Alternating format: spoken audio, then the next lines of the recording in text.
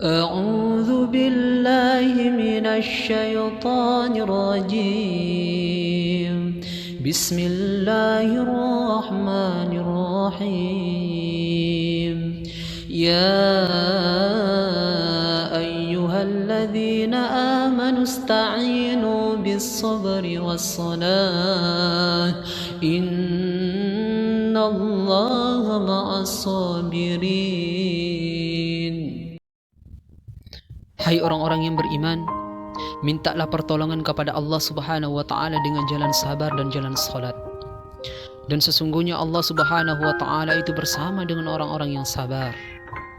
Kita seringkali mendengarkan ayat ini dibacakan oleh para ustadz, dibacakan oleh para dai, dibacakan oleh para ulama, tentang salah satu cara kita mendapatkan pertolongan Allah Subhanahu wa Ta'ala, yakni dengan jalan kita mengerjakan ibadah salat. Namun pertanyaannya adalah, solat seperti apakah yang mampu mendatangkan pertolongan Allah Subhanahu wa Ta'ala dalam kehidupan kita di saat kita mengalami ujian yang berat? Teman-teman sekalian yang insya Allah dimuliakan dan dirahmati oleh Allah Subhanahu wa Ta'ala, banyak orang saat ini mengatakan bahwa saya sudah mengerjakan solat, akan tetapi hidup saya tidak pernah mengalami perubahan. Saya sudah solat, akan tetapi doa saya juga belum diijabah oleh Allah Subhanahu wa Ta'ala. Saya sudah solat, akan tetapi masalah begitu banyak datang menghampiri saya. Sehingga teman-temanku sekalian yang dimuliakan dan dirahmati oleh Allah Subhanahu wa Ta'ala, sudah saatnya kita belajar mengenai solat seperti apakah yang mampu mendatangkan pertolongan Allah Subhanahu wa Ta'ala dalam kehidupan kita. Ada sebuah kisah yang disampaikan oleh Anas radhiyallahu anhu, bahwa di zamannya Rasulullah sallallahu alaihi wasallam ada seorang pedagang yang melakukan perjalanan antara Syam ke Madinah, dan di tengah perjalanan pedagang ini dirampok oleh para perampok. Beliau diberhentikan dan semua hartanya pun diambil oleh para perampok itu. Dan seketika ada seorang perampok yang menghunuskan pedang kepada pedagang ini. Maka pedagang ini pun mengatakan, jika engkau menginginkan hartaku maka ambillah, tetapi izinkan aku untuk melanjutkan perjalananku. Maka perampok tadi mengatakan bahwa adapun hartamu sudah menjadi milikku, akan tetapi sekarang aku ingin membunuhmu. Karena tidak memiliki pilihan lain, akhirnya pedagang tersebut mengatakan bahwa, hai fulan, jika engkau ingin membunuhku maka lakukanlah, akan tetapi izinkan aku untuk mengerjakan sholat 2 rakaat. Maka perampok itu pun mengatakan bahwa, ya sudah, sholatlah, aku akan memberikanmu sedikit waktu. Akhirnya pedagang itu pun berdiri dan mengerjakan sholat 2 rakaat dengan sholat yang sangat khusyuk.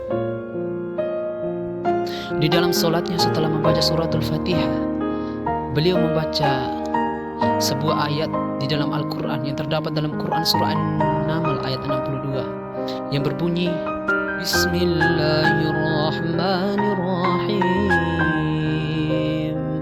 Amman yujibul mudtarra idza da'ahu wa yakshifus su' wa yaj'alukum khulafa'al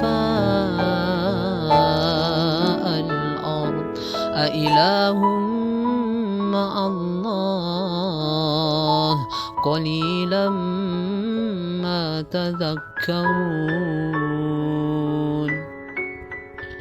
Akankah dialah Allah Subhanahu wa Ta'ala yang memperkenankan doa orang yang berada dalam kesulitan apabila dia berdoa kepadanya, menghilangkan kesusahan dan menjadikan kalian khalifah di bumi? Apakah di samping Allah Subhanahu wa Ta'ala ada Tuhan yang patut untuk disembah dan dimintai pertolongan selain daripada Allah? Sungguh sedikit sekali dari nikmat Allah yang kalian ingat. Teman-teman sekalian dimuliakan oleh Allah Subhanahu wa Ta'ala, inilah ayat yang dibacakan oleh pedagang tadi ketika dia melaksanakan sholat 2 rakaat. Dia membaca ayat ini dengan penuh penghayatan. Dia mentadaburi ayat ini. Amma yujibul mudtarra idza da'ahu wa yakshifus su'. Akankah dialah Allah Subhanahu wa ta'ala yang memperkenankan orang yang berada dalam kesulitan, orang yang berada dalam kesusahan, menghilangkan kesusahan daripadanya? Dia membaca ayat ini dengan penuh pengharapan dan mentadaburi isinya, sehingga muncul keyakinan yang luar biasa dalam hatinya bahwa tiada tempat ia berharap, tiada tempat ia memintai pertolongan selain daripada pertolongan Allah Subhanahu wa ta'ala.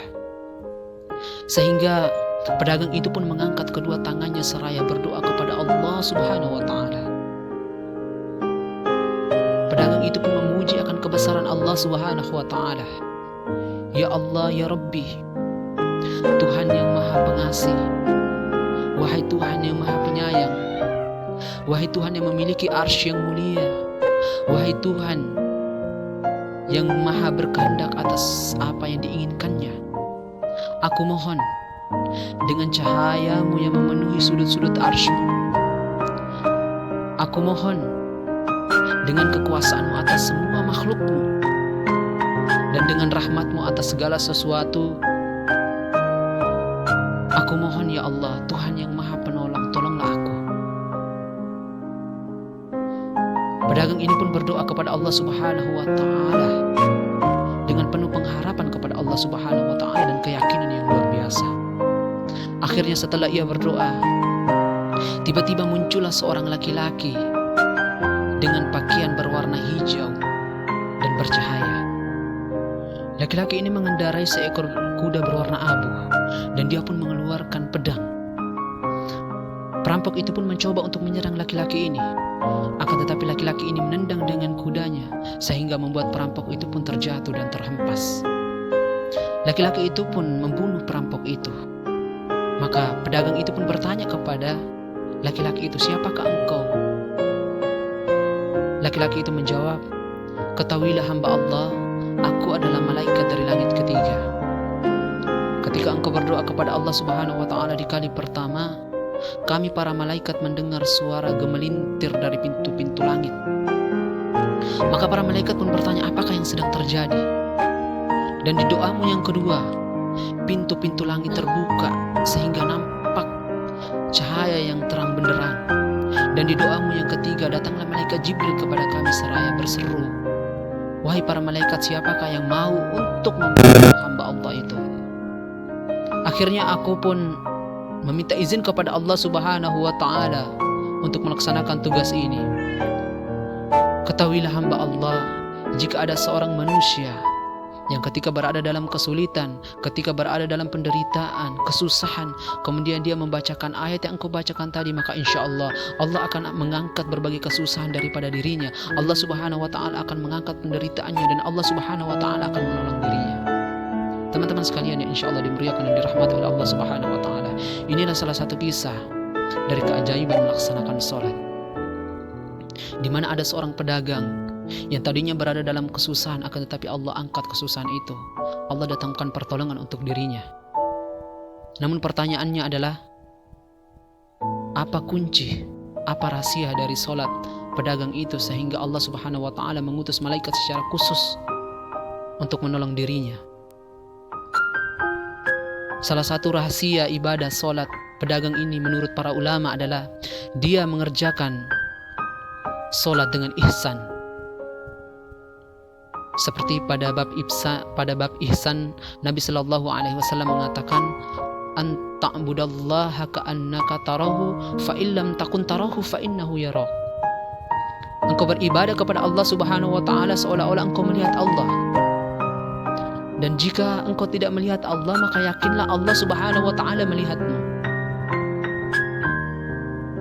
Dari sini Nabi Shallallahu Alaihi Wasallam menjelaskan kepada kita tentang solat yang dapat terkoneksi langsung dengan Allah Subhanahu wa ta'ala. Ibadah solat yang langsung terkoneksi dengan Sang Ilahi Rabbi.